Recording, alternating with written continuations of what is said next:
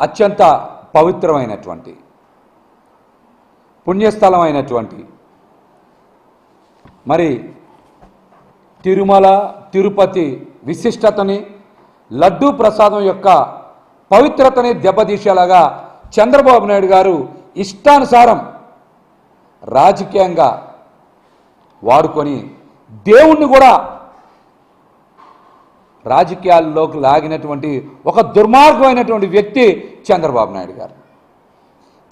నాయుడు గారు ఆయన రాజకీయ ప్రయోజనాల కోసం, వ్యక్తిగత స్వార్థం కోసం, స్వలాభం కోసం తిరుమల వెంకటేశ్వర స్వామి పవిత్రతని దెబ్బతీశారని, లడ్డూ విశిష్టతని, అదేవిధంగా వెంకటేశ్వర స్వామి పేరు ప్రతిష్టల్ని నడి రోడ్డు మీద పెట్టారని ఈ రోజున ప్రపంచవ్యాప్తంగా చంద్రబాబు గారిని చేదరించుకోనటువంటి ఒక్క హిందూ కూడా లేరు. అందరు ఇష్టానుసారం చేదరించుకుంటా ఉన్నారు. ఆయన ఇష్టానుసారం చంద్రబాబు గారిని చేదరించుకుంటున్నారు. హిందువులన్న ప్రతి ఒక్కరు కూడా చంద్రబాబు గారు చేసిన పని ప్రతి ఒక్కరు కూడా విమర్శ చేస్తూ ఉన్నారు. విమర్శ చేయనటువంటి ఒక్క హిందువు కూడా లేరంటే ఇది అతిశయోక్తి కాదు. ఎందుకని ఈ మాట చెప్తా ఉన్నామంటే, తిరుమల వచ్చినటువంటి నెయ్యిలో నాణ్యతా ప్రమాణాలకి అనుగుణంగా లేవని, ట్యాంకర్లు తిప్పి పంపామని, ఆ నెయ్యిని ఎక్కడా వాడలేదని ఈవో శ్యామలరావు గారు చెప్తే చంద్రబాబు నాయుడు గారు అవి వాడేశారని అబద్ధ ప్రచారాలు చేస్తూ ఉన్నారు. మీరు రాజకీయం చేయాలంటే జగన్మోహన్ రెడ్డి గారు చెప్పారు కదా, బంగారంలాగా ఆయన మీద రాజకీయాలు చేయమని చెప్తా ఉన్నారు. కానీ దేవుణ్ణి, మతాల్ని అడ్డం పెట్టుకొని మత విద్వేషాలు రెచ్చగొట్టే రాజకీయాలు చెయ్యొద్దని జగన్మోహన్ రెడ్డి గారు చెప్పినటువంటి మాటను కానీ, సవాల్ను కానీ స్వీకరించే దమ్ము చంద్రబాబు నాయుడు గారికి ఉందా?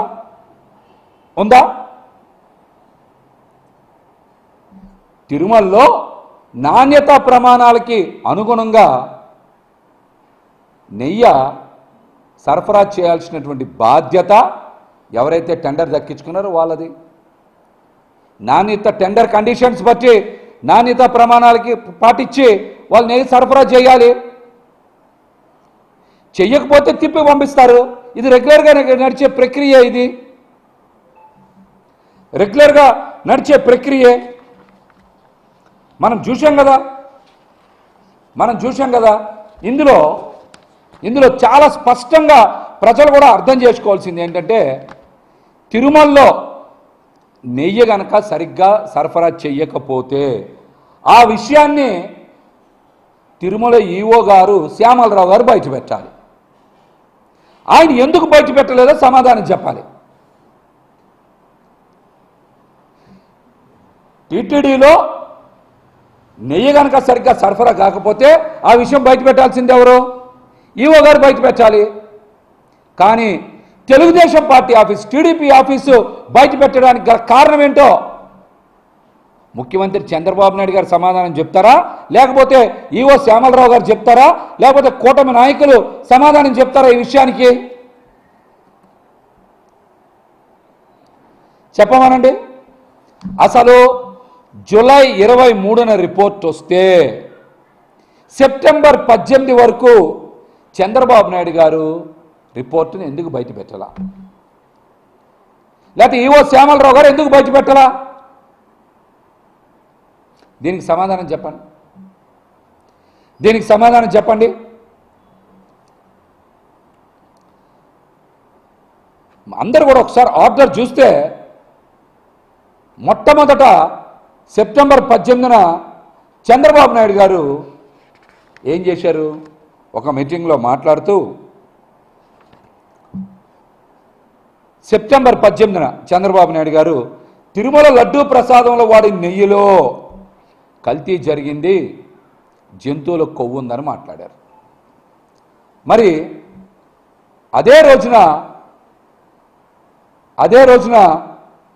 ఆయన పచ్చి అబద్ధాలు మాట్లాడరని చెప్పడానికి నిదర్శనం వెంటనే ఈఓ గారు 4 ట్యాంకర్లని మేము రిజెక్ట్ చేశాం, షోకాజ్ నోటీస్ ఇచ్చాం, వాటిలో వనస్పతి ఆయిల్ కలిసిందని చాలా స్పష్టంగా చెప్పారు. ఈఓ గారేమో రిజెక్ట్ చేశామన్నారు, చంద్రబాబు నాయుడు గారేమో వాడేమని చెప్పారు. చంద్రబాబు నాయుడు గారు వెళ్ళేమన్నా అక్కడ తనిఖీ చేశారా? లడ్డూలు తయారు చేసే దగ్గర ఈయన నుంచొని చూశారా? దీనికి సమాధానం చెప్పాలి. సెప్టెంబర్ 19న ఎన్డీడీబీ రిపోర్ట్ని ఎవరు విడుదల చేయాలి? ఈవో శ్యామలరావు గారు విడుదల చేయాలి. కానీ టీడీపీ ఆఫీసులో విడుదల చేశారంటేనే ఇందులో ఎంత పెద్ద కుట్ర ఉందో ఒకసారి రాష్ట్ర ప్రజలందరూ కూడా గమనించాలి. రాష్ట్ర ప్రజలందరూ కూడా గమనించాలి. 18న చంద్రబాబు నాయుడు గారు రిపోర్ట్ గురించి మాట్లాడారు. 19న టీడీపీ ఆఫీసులో ఎన్డీడీబీ రిపోర్ట్ విడుదల చేశారు. అది కాన్ఫిడెన్షియల్ రిపోర్ట్ కదా, దాన్ని టీడీపీ ఆఫీసులో విడుదల చేయడం ఏంటి? సెప్టెంబర్ 20న వరుసగా 18, 19, 20, 20వ తారీఖున ఈఓ గారు మళ్ళీ మాట్లాడుతూ ఆ 4 ట్యాంకర్స్ని ఎక్కడ వాడలేదు, వాటిని మేము తిప్పి పంపించేశాం, లడ్డూలు ఎక్కడా కల్తీ కాలేదు అని చాలా స్పష్టంగా మాట్లాడారు. చాలా స్పష్టంగా మాట్లాడారు. అంటే చంద్రబాబు నాయుడు గారు సెప్టెంబర్ 18న మాట్లాడిన మాటలకి సెప్టెంబర్ 19న టీడీపీ ఆఫీసులో ఎన్డీడీబీ రిపోర్టు విడుదల చేసిన దానికి అన్నిటికీ సమాధానం ఎవరు చెప్పారు? 20వ తారీఖున ఈవో శ్యామలరావు గారు చెప్పారు కదా, 4 ట్యాంకర్లని వాడలేదు, అవి అరికి తిప్పి పంపాం, లడ్డీలో అక్కడ కల్తీనేయ వాడలేదు, లడ్డూల్లో కల్తీ జరగలేదని చెప్పారు కదా. వెంటనే మళ్ళీ సెప్టెంబర్ 22న ఈ అంశాల మీదనే ఒక రిపోర్ట్ రాసి ఆయనే సంతకం పెట్టి మరి ప్రభుత్వానికి కూడా నివేదిక ఇచ్చారు. ఈఓ గారు ఇంత స్పష్టంగా ఎక్కడా కల్తీ జరగలేదు, నెయ్యి ట్యాంకర్ను రిజెక్ట్ చేశాం అని మాట్లాడుతుంటే చంద్రబాబు నాయుడు గారు ఇంత కుట్ర దేనికి చేశారు? వెంకటేశ్వర స్వామి ఆలయ ప్రతిష్టని దిగజార్చడానిక, లడ్డూ ప్రతిష్టని దిగజార్చడానిక, లేకపోతే వెంకటేశ్వర స్వామిని అడ్డం పెట్టుకొని ఆంధ్రప్రదేశ్లో మత విద్వేషాలు రెచ్చగొట్టడానిక? దీనికి మీరు సమాధానం చెప్పాలి. ఈ అన్ని అంశాల మీద జగన్మోహన్ రెడ్డి గారు చాలా స్పష్టంగా డీటెయిల్డ్గా రాష్ట్ర ప్రజలందరికీ కూడా అర్థమయ్యేలాగా ఆయన ప్రెస్ మీట్లో తెలియజేశారు. అసలు తిరుమల చరిత్రలోనే ఎప్పుడైనా సరే ఏదన్నా నాణ్యత ప్రమాణాలకు అనుగుణంగా లేకపోతే వెంటనే ఏం చేస్తారు? ఆ నెయ్యిని central food technology and research ఇన్స్టిట్యూట్కి పంపిస్తారు. అది మైసూర్కి పంపిస్తారు. కానీ టీటీడీ చరిత్రలో మొట్టమొదటిసారి గుజరాత్లో నేషనల్ డైరీ డెవలప్మెంట్ బోర్డుకి పంపారు. టీటీడీ చరిత్రలోనే ఇది ఫస్ట్ టైం. ఇది కుట్ర కాదా? దీనికి మీరు సమాధానం చెప్పాలి. అసలు కల్తీ నెయ్య తెలుగుదేశం కూటమి ప్రభుత్వంలో కదా వచ్చింది. ఎప్పుడు? తెలుగుదేశం కూటమి ప్రభుత్వం అధికారంలోకి వచ్చినప్పుడు కదా. దాన్ని రిజెక్ట్ చేశారని ఈవో గారు చెప్తుంటే వాడేమని మీరు చెప్తున్నారు. ఇవంతా జరిగింది తెలుగుదేశం పార్టీ కూటమి అధికారంలోనే కదా, ఈ ప్రభుత్వంలోనే కదా. దానికి బాధ్యత వహించాల్సింది మీరు, శిక్ష పడాల్సింది మీకు. అంతేగాని ఎవరి మీద పడితే వాళ్ళ మీద అపవాదులు వేయడం ఏంటి? అందుకనే కదా కూటమి నాయకులు ప్రాయశ్చిత్త దీక్ష చేస్తున్నారు. తప్పు మీరు చేశారని ఒప్పుకోబట్టే కదా మీరు కదా ప్రాయశ్చిత్త దీక్ష చేస్తుంది. అందుకనే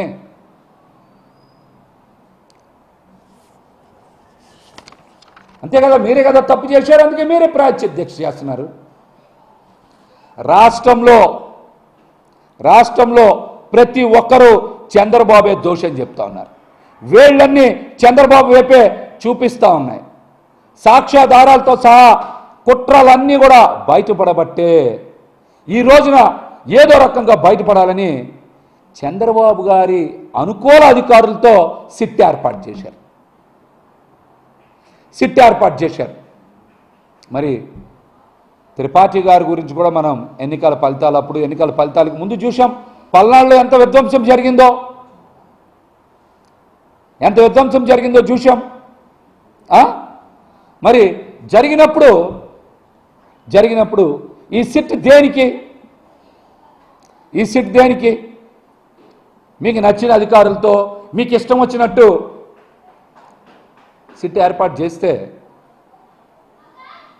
దోషి మీరు కాబట్టి మీరు ఏర్పాటు చేసిన వాళ్ళు మిమ్మల్ని ఎక్కడ దోషం డిక్లేర్ చేస్తారా? వాళ్ళు దోషం డిక్లేర్ చేస్తారా? చెప్పండి, చేస్తారా? చంద్రబాబు గారు ప్రభుత్వం ఏర్పడిన తర్వాతే కదా టెండర్ జూలై 10 నుంచి స్టార్ట్ అయింది సదర్ నెయ్యి కంపెనీకి. అప్పుడే కదా జూన్ 12, జూన్ 21, జూన్ 25, జూలై 4 వచ్చిన 4 ట్యాంకర్ని యాక్సెప్ట్ కూడా చేశారు. ఆ తర్వాత జూలై 6, జూలై 12న మరో ట్యాంకర్లు వస్తే అవి టీటీడీ నాణ్యతా ప్రమాణాల టెస్ట్ ఫెయిల్ కాబట్టే కదా వెనక్కి పంపారు.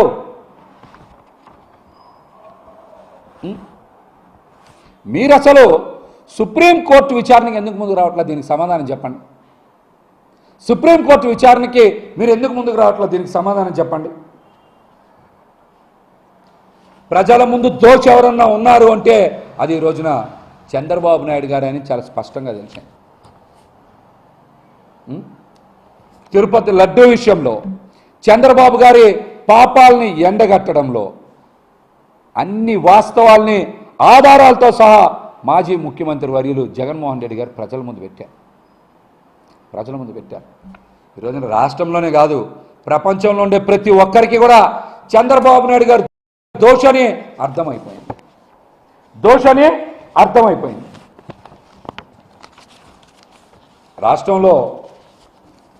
రాష్ట్రంలో రాక్షస రాజ్యం నడుస్తుంది.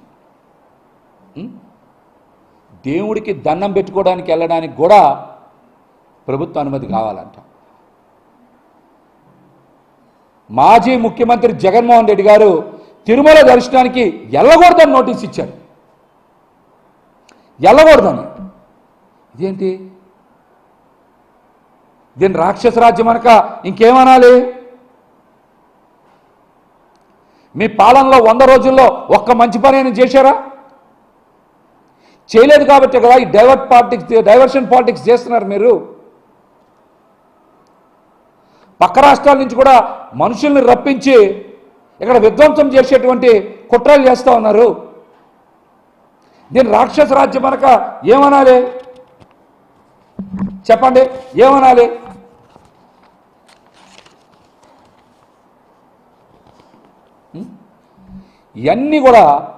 ఇవన్నీ కూడా ప్రజలకు తెలిసిపోయినాయి. ఈ కూటమి అధికారంలోకి వచ్చిన తర్వాత సూపర్ 6 లేదు, అంతా సూపర్ స్కామే. ఒక్క పథకం కూడా అమలు చేయలేకపోయారు.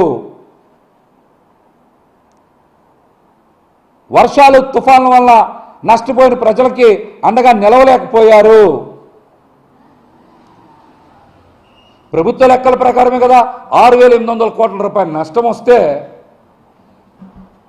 ప్రభుత్వం ఇచ్చింది 200 కోట్లే, కానీ దాతలు ఇచ్చిన విరాళాలు 400 కోట్లు. అంటే ప్రజలుగా అండగా ఉన్నారు, కానీ ప్రజలకి ఎక్కడా కూడా కూటమి ప్రభుత్వం అండగా లేదని మీరు చెప్పిన గణాంకాలే కదా తెలుస్తూ ఉన్నాయి.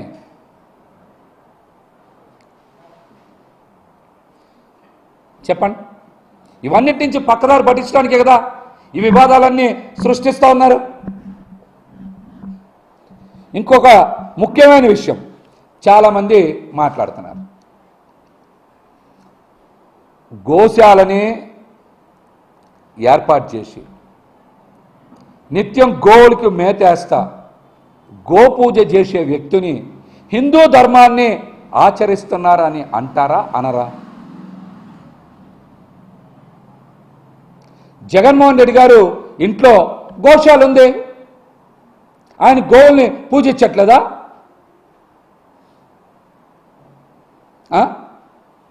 ఆయనంట హిందువా కాదని డిక్లరేషన్ ఇవ్వాలంట.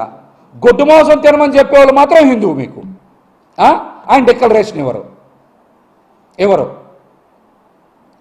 గోవుల్ని పూజించేవాళ్ళు హిందూ ధర్మాన్ని గౌరవిస్తున్నట్ట, ఆచరిస్తున్నట్ట, లేక గొడ్డు మాంసం తినండి అని చెప్పేవాళ్ళు హిందూ ధర్మాన్ని ఆచరిస్తున్నట్ట? దీనికి సమాధానం చెప్పమనండి. అదేవిధంగా ఈ ప్రాయశ్చిత్త దీక్ష చేసే వాళ్ళందరూ తప్పు చేశారు, ఎలా వెళ్తున్నారు? తప్పు మీద ఇంకో తప్పు చేస్తున్నారు. వాళ్ళు దేవాలయాల్లోకి పార్టీ జెండాలు, పార్టీ కండువాలు, పార్టీ ప్లెకార్డులు పట్టుకొని వెళ్తున్నారు.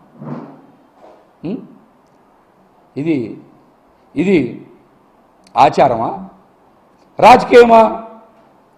దేవాలయాల్లోకి బాలకృష్ణ గారు చూసారా? దేవాలయాల్లోకి ఏం చేస్తున్నారు? అందరూ ప్లెకార్డులు పట్టుకెళ్తున్నారు, కండువాలు వేసుకుంటున్నారు, పార్టీ దీని మీద ఫోటోలు దిగుతున్నారు.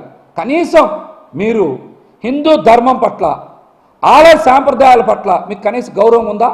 ముందు దీనికి ప్రాయశ్చిత్త దీక్షకు పిలువనిచ్చినటువంటి పవన్ కళ్యాణ్ గారు కూడా సమాధానం చెప్పాలి. ఇందాక కూడా చెప్పా, మళ్ళీ రిపీట్ చేస్తున్నా. గొడ్డు మాంసం తినచ్చని చెప్పిన పవన్ కళ్యాణ్ గారు సనాతన ధర్మం గురించి మాట్లాడే అర్హత ఉందా?